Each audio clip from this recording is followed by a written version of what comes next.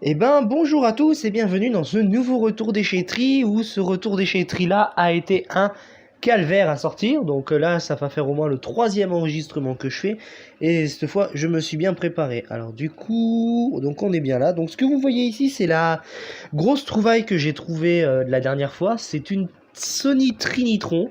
Donc ça doit être dans les dernières séries qu'ils ont dû sortir parce que celle-ci fait très début année 2000 avec les câbles RCA que vous voyez juste ici. Alors attendez, hop, je vais essayer de reculer un peu. Alors, comme ça vous verrez un peu mieux la télé. Donc c'est une petite Sony Trinitron. Donc comme vous voyez par ici, donc je vais l'allumer. Elle est branchée et j'ai aussi branché la PlayStation dessus pour qu'on puisse tester, voir l'écran. Donc, alors comme vous voyez par rapport à l'apparence, donc je vous ferai voir le tour après. Donc dans les apparences, la télé n'a subi aucun dommage. Donc comme vous voyez là au signal du 1, je vais le mettre sur AV2, voilà. Donc c'est là où il y a les prises vidéo RCA. Et donc derrière, on a une seule prise analogique avec la prise antenne tout à fait basique. La bonne vieille prise d'antenne avec le Péritel, exactement. Le Péritel, monsieur. Il fait tellement chaud que j'ai du mal à dire un peu ce que j'avais envie de dire à propos de cette télé. Donc cette télé n'a pas de souci particulier, hein, elle fonctionne très très bien. Donc on va démarrer la PlayStation après pour vous expliquer un petit peu. Donc elle est sans télécommande, hein, je l'ai récupérée comme ça dedans. Et quand j'ai vu que c'était une Trinitron, j'ai préféré prendre la télé de Sony. Surtout que j'aime bien la marque Sony. Je regarde mon ordinateur pour le micro. C'est bon, ça devrait être. Donc voilà, donc ce qu'on va faire, on va tester. Donc alors j'ai pas retrouvé la manette de la PlayStation pour tester la télé, mais cette télé pourra nous permettre d'essayer le PC, d'utiliser une sortie RCA sur PC. Donc hop, je vais allumer la console et admirer par vous-même.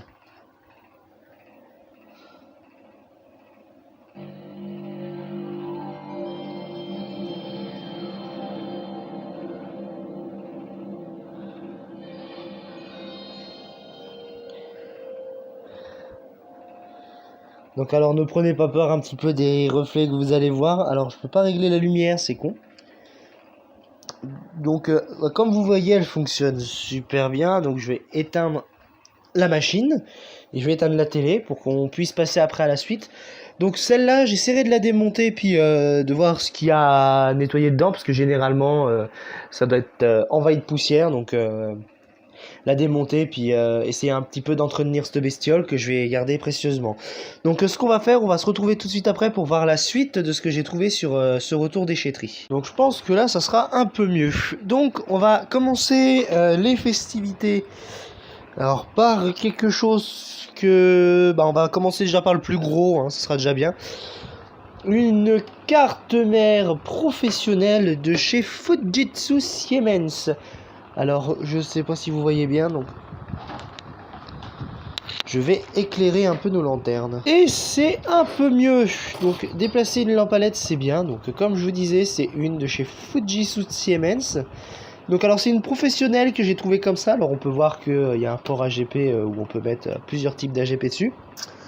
Alors, ce qu'on a à l'intérieur, on a deux barrettes ici de DDR. Et c'est... Je vais y mettre à l'endroit quand même pour que vous voyez un peu mieux... concerne un peu mieux l'étiquette. Voilà, donc c'est de la DDR de 333 MHz. Et ces deux barrettes qui sont pareilles. Et c'est de la 128 MB. Donc on a 256 Go de processeur. On a les deux chipsets Intel qui n'a pas de chipset vidéo intégré. Mais elle a le port jeu, donc normalement c'est censé être un PC de serveur, mais vu le processeur qu'il y a dedans, c'est un Pentium 4.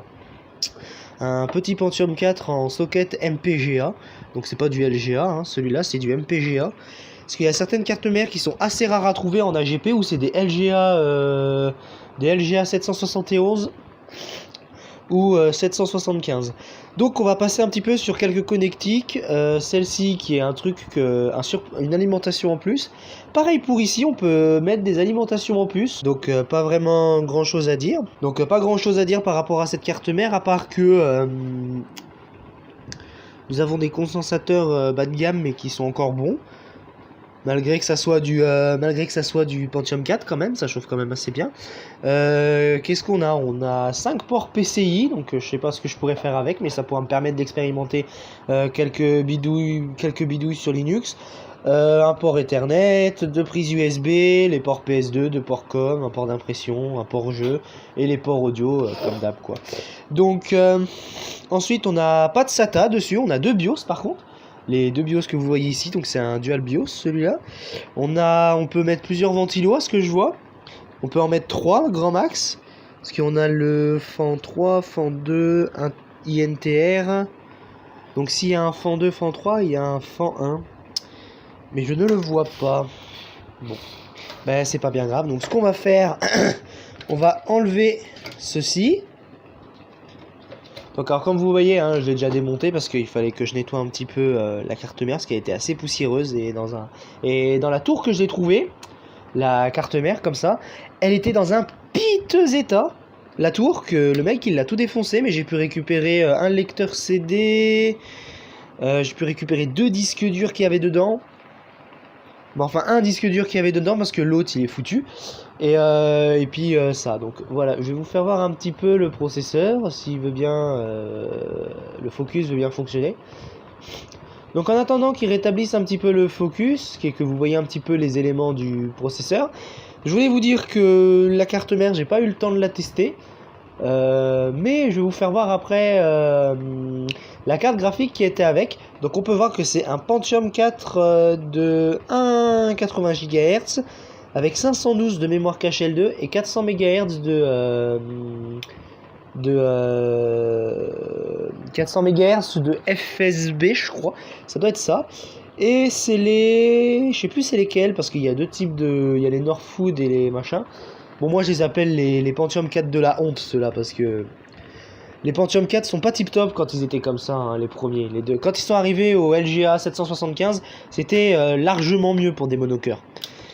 C'est ce qu'aurait dû garder Intel pour faire les Intel Atom à l'époque. Ça aurait bien fonctionné s'ils auraient renforcé l'architecture des Pentium 4. Bon, après on avait le Pentium 4 Extreme qui était le Pentium D, je crois. Je crois, hein, je suis pas sûr. Faudrait que j'essaye un Pentium, un Pentium 4 Extreme Edition quand même, pour voir ce que ça donne. Donc voilà pour cette carte mère. Donc on va passer à la suite, qui est juste des petites bricoles.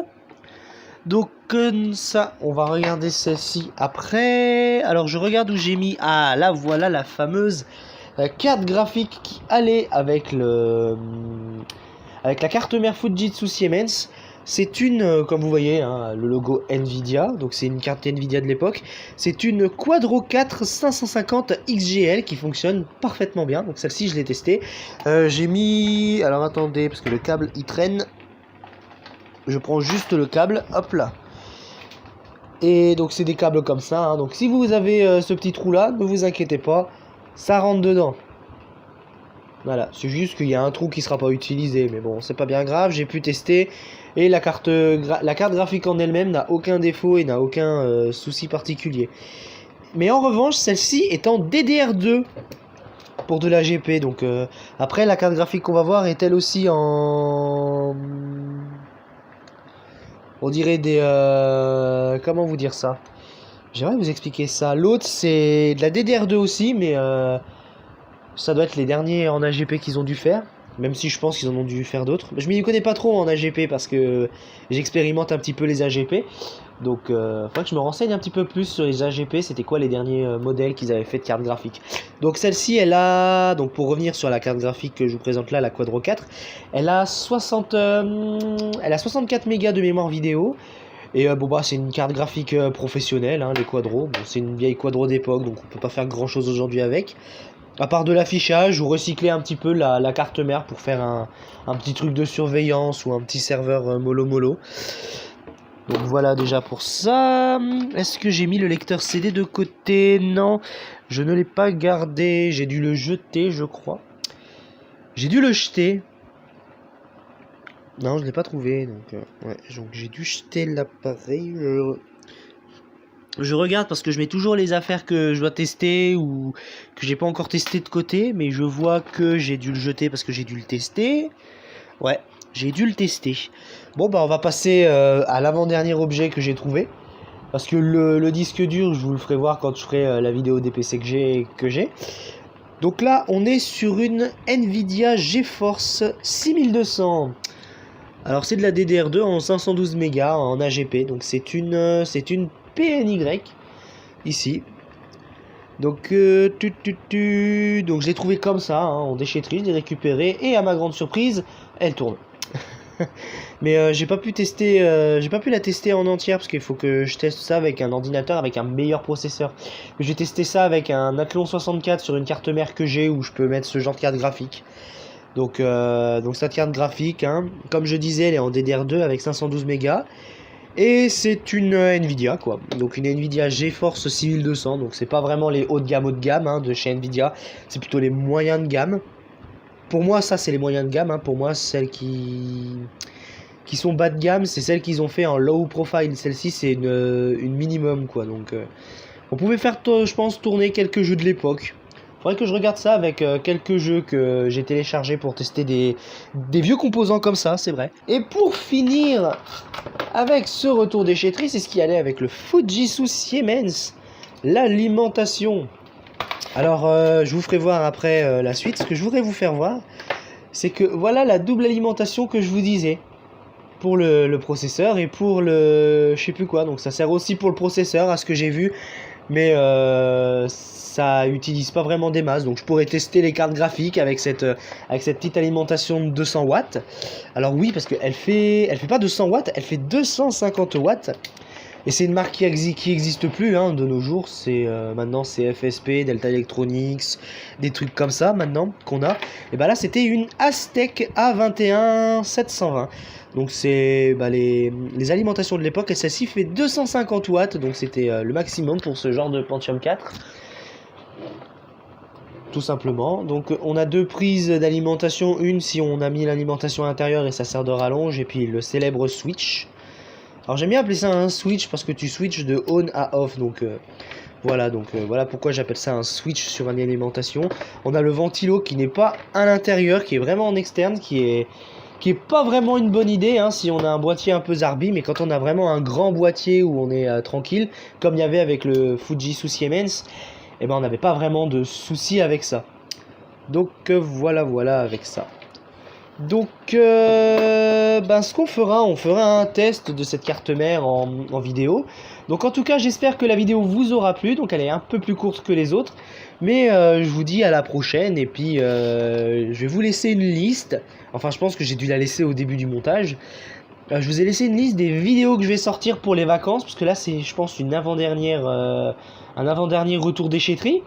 Et je pense que j'en referai une autre pour mettre un petit peu en pause les retours déchetterie, où là je ferai vraiment plus de l'expérimentation avec des cartes mères que j'ai ou des petites bricoles comme ça. Bon en tout cas je vous dis à la prochaine pour d'autres vidéos, et puis il se pourrait que très prochainement je fasse un live, et je vous le dirai dans la prochaine vidéo. Allez, salut à tous!